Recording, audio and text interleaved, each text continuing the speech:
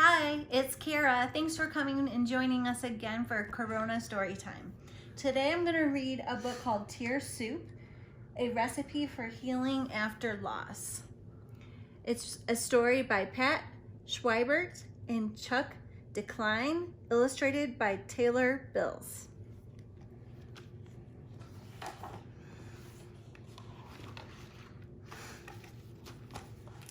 There once was an old and somewhat wise woman who everyone called Grandy. She'd just suffered a big loss in her life. Pops, her husband, suffered the same loss, but in his own way. This is the story of how Grandy faced her loss by setting out to make tear soup.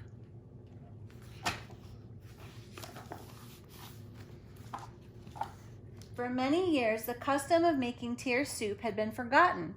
As people's lives became more rushed, they found it much easier to pull soup in a can from the shelf and heat it on the stove. But several years ago, Grandy got a taste of a well-seasoned tear soup. One of her friends made it from scratch after her child died. As soon as Grandy tasted the rich flavor of that carefully made soup, she promised herself never again to assume that quicker was better.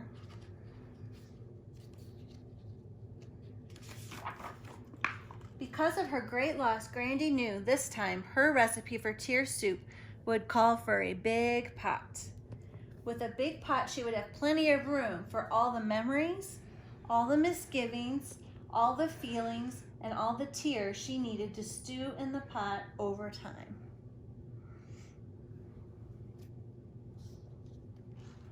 She put on her apron because she knew it would be messy.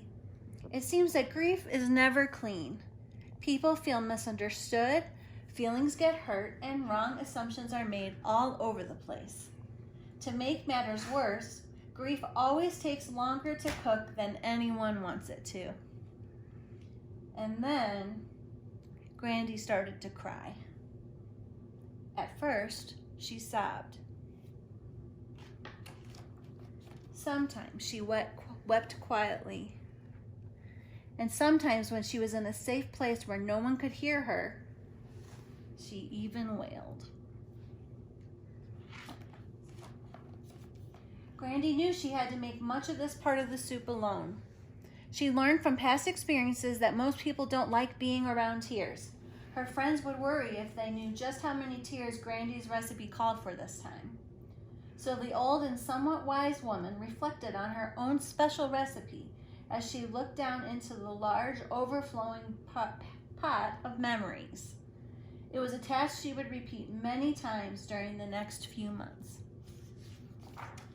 Grandy winced when she took a sip of the broth. All she could taste was salt from her teardrops.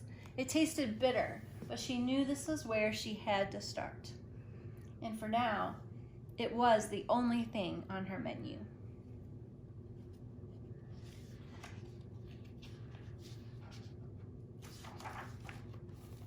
There were things that Grandy never wanted to forget.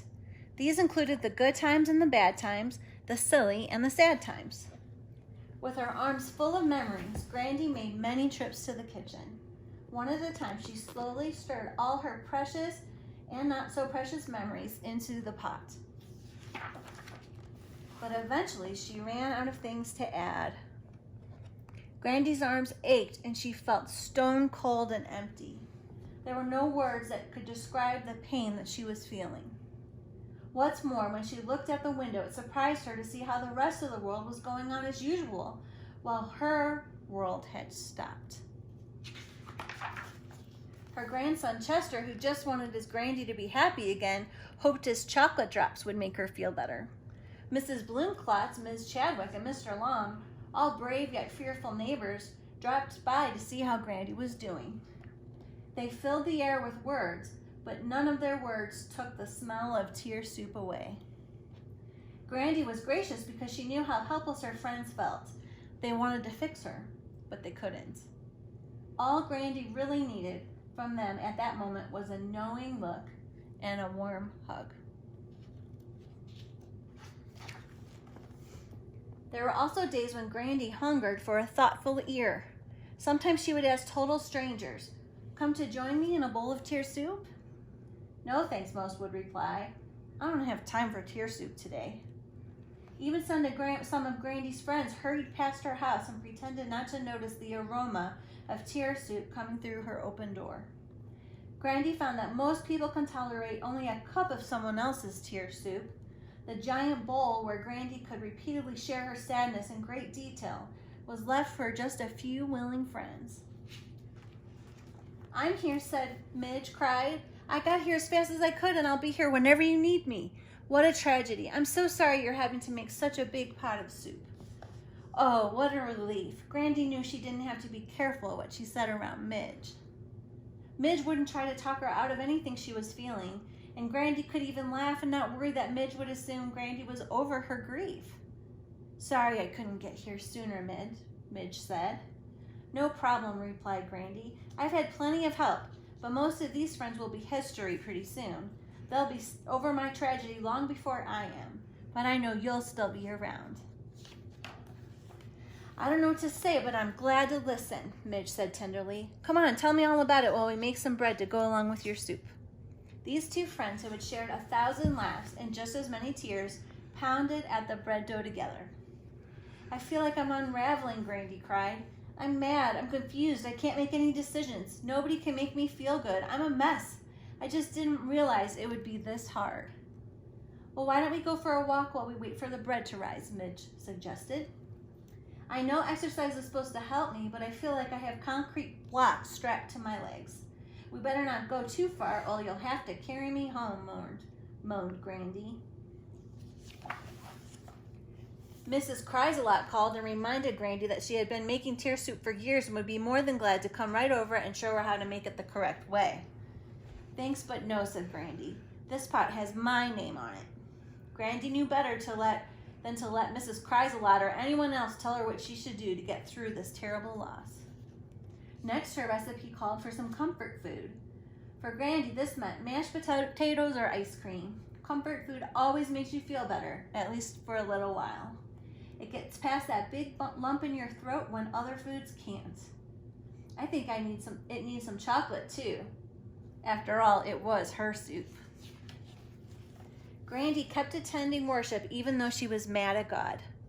Sometimes she yelled at God and asked why this happened, and sometimes she demanded to know where God was when she felt so all alone. Still, Grandy trusted God, but she didn't understand God. She sensed that people believed that if she really had faith, she would be spared deep sorrow, anger, and loneliness. Grandy kept reminding herself to be grateful for all the emotions that God had given her. On some afternoons, people would ask questions like, "Is it soup yet?" Or, "How long is it going to take? You've been at this for over a month now. It's time to get out of the kitchen." Grandy fumed at the caller's advice. Grandy looked forward to getting the mail each day. She dreaded the day when no more sympathy cards would come. When she was alone and needed to think, she found it helpful to keep notes on her soup making. Thank goodness Grandy and Pops have been married a long time. They already knew each other's tear soup would be different. Secretly, Grandy wished Pops would put more flavoring in his soup, but he doesn't want to. And he's perfectly content to dine alone and sip his own soup. Making tear soup is hard work. Sometimes it was all she could think about. Even the things Grandy used to love to do, she didn't have energy for, nor did she care about anymore. Some of Grandy's friends over the years had not tended to their tear soup. Their soup boiled over and the pot scorched. What a mess. It took them a long time to clean up their pots and to start over. The smell of burnt soup still lingers in some of their homes. Grandy knew there were times when she needed to take a break from her soup making. Even though it was hard to do, she forced herself to get away.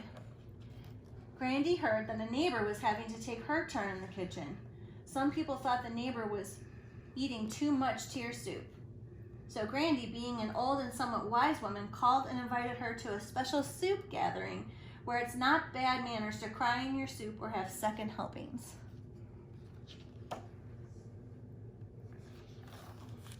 Soon the thoughtful cook sat at Grandy's table and discussed the process of making tear soup. There are some parts that require help from friends and some parts you don't just have to do alone. They shared stories about soup making they wouldn't dare tell anyone else for fear of being judged a bad cook. They all laughed knowingly when Grandy remarked how on days when she was daydreaming while driving, she was glad that the car seemed to know where she wanted to go. These people had become Grandy's new best friends. One day, as Grandy and Chester were going for a drive, Chester asked, "Mom says you've been making tear soup. What does she mean?" Well, tear soup is a way for you to sort through all the different types of feelings and memories you have when you lose someone special or something special. Remember when your baby brother died right before he was born and your mom sat for days holding his blanket and weeping? She was making tear soup. You made tear soup by acting out your disappointment when you shouted at Jason, wishing his brother would die too. Remember when Billy's dog died and he didn't want to play with you? Not feeling like having fun is one of the ingredients of tear soup also. And remember when Aunt Meg got divorced and they had to move? There was a lot of tear soup simmering in that house. Some days when you're making tear soup, it's even hard to breathe. Some days you feel like running away. You just hope a better day comes along soon. And then comes one of the hardest parts of making tear soup. It's when you decide it may be okay to eat something instead of soup all the time. The next morning, as Grandy was cleaning up, Chester asked her if she was done making tear soup. "Well, I don't think you actually ever finish. The hard work of making this batch of soup is almost done though. I'll put the rest in the freezer and we'll pull it out from time to time to have a little taste." So what else have you learned by making tear soup, Grandy? I've learned that grief, like a pot of soup, changes the longer it simmers and the more things you put into it. I've learned that sometimes people say unkind things, but they really don't mean to hurt you. And most importantly, I've learned that there is something down deep within all of us, ready to help us survive the things we think we can't survive. "Grandy, you know so much. What will I do after you die?" "Don't worry. I'll leave you my recipe for tear soup."